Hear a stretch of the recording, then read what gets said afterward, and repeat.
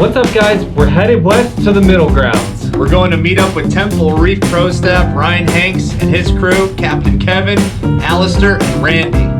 We're going to talk about what gear we're bringing with us to fish the middle grounds and how we're set up with our rods, our reels, and our jigs. And we're taking you guys with us. Come on, let's go.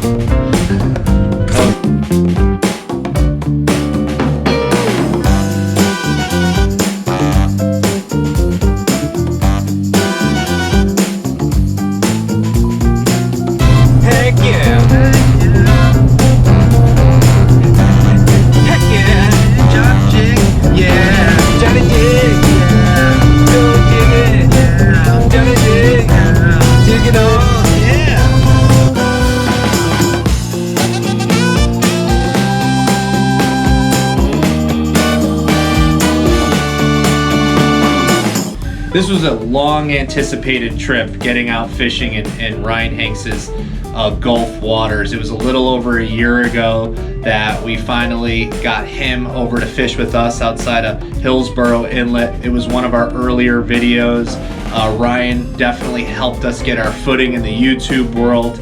If you haven't gotten a chance to check out his YouTube channel, Ryan Hanks Fishing, definitely do yourself a favor and move on from this video to one of his videos and see what he has to offer. In the last year, there's been a lot of growth both with us and him, and he's become a pro staff for Temple Reef, who is a company that is just at the peak of their game, making slow pitch jigging rods. It's been really exciting to talk about the gear and slow pitch jigging and how we're executing, you know, what we're learning, and seeing how the fish that we love to catch respond to it. So something interesting about this trip for us, because we're going to the west coast and we're going out to the middle grounds and the fishery that we're fishing versus like the Atlantic, where, you know, 3 miles out and we're sitting in heavy current, we're in 400 feet of water. You know, here we're gonna run 80 miles and be in, you know, 150 to 200 feet of water. There's very little current, so the jig selection that I have is everything's under 200 grams. And then the rod selection, you know, Kevin, you know, because of the amount of anglers that are going to be on the boat, we only brought 2 rods apiece. So I have a light Mythos jigging rod with the 3000 Stratic spinner, Shimano Stratic, and then I have the Johnny Jigs Pro Jigger Power 2. Now granted, I probably would prefer a Power 1 in this fishery, but the Power 2 will work just fine, and it's what I had available to me at this moment. So I brought the Power 2 with the Accurate Valiant 500N.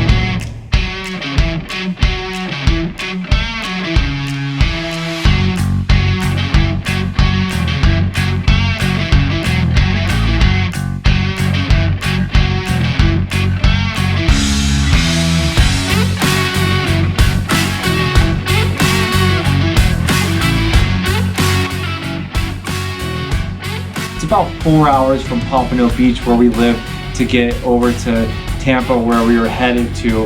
And we pull up at Kevin's house, and Ryan meets us there for the first evening, and we get there and it's just this amazing, beautiful house that's basically like on an island, and it's on the water as well. And we were just overwhelmed with excitement for where we were at, the location we were in, and meeting up with our friends. And the view from his back patio, just looking over the water. You know, a lot of our houses here that are on the water, they're in a narrow canal or something along those lines, to where, you know, you're looking at your neighbors across the canal, versus, you know, where Kevin is situated, you're looking straight out, you know, straight shot out to the Gulf, and it's just open water right behind his house, with this beautiful pool and dock and nice fillet table. And then rolling into the next, you know, we go to sleep and we roll into the next morning, and the crew shows up.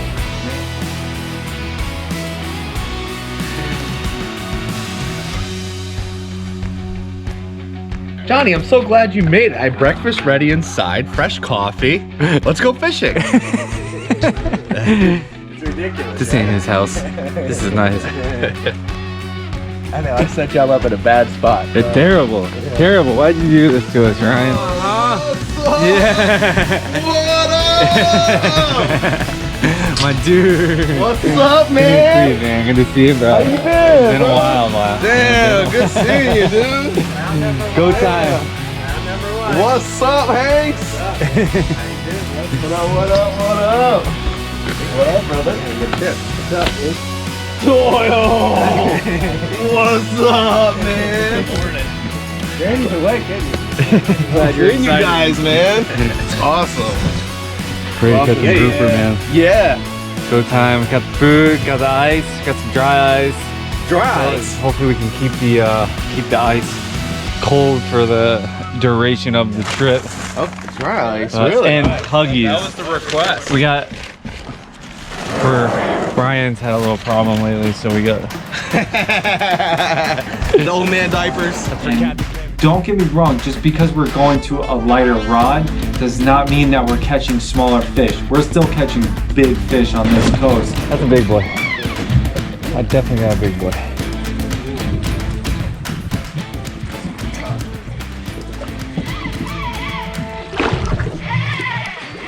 That's a big boy. That's the one we're looking for. When it comes to the jigs, also I'm going with lighter jigs. My jig bag consisted of jigs from 120 gram up to 200 gram, and I had probably 4 or 5 in each gram size going up there. So 120s, 150s, some 160s, and then a handful of 200s as well was really what I was aiming for. And because we are fishing those bottom species, I always like to have the silvers, the golds, and the pinks and the reds really are my colors that I go for, that seem to be the most productive for me. As far as assist hooks goes, I brought a few of them. I brought the Johnny Jigs Bloodline Feathered, as well as I tied my own assist hooks, which you can find all of the stuff to tie assist hooks at johnnyjigs.com in our new assist hook tying kit. So everything that I use to tie my hooks is put together in that kit, ready to go. And then of course I'm loaded up on triple split rings. I'm loaded up on some solid rings in case I want to tie some more, and I have ball bearing swivels. The line that I'm using is I'm using a 30-pound test J braid. I didn't switch anything up as far as line goes from one coast to the other. I'm going with the 30. It gives me enough strength that I need to pull a grouper out of the hole if I need to, and then I was going with 40-pound fluoro top shot.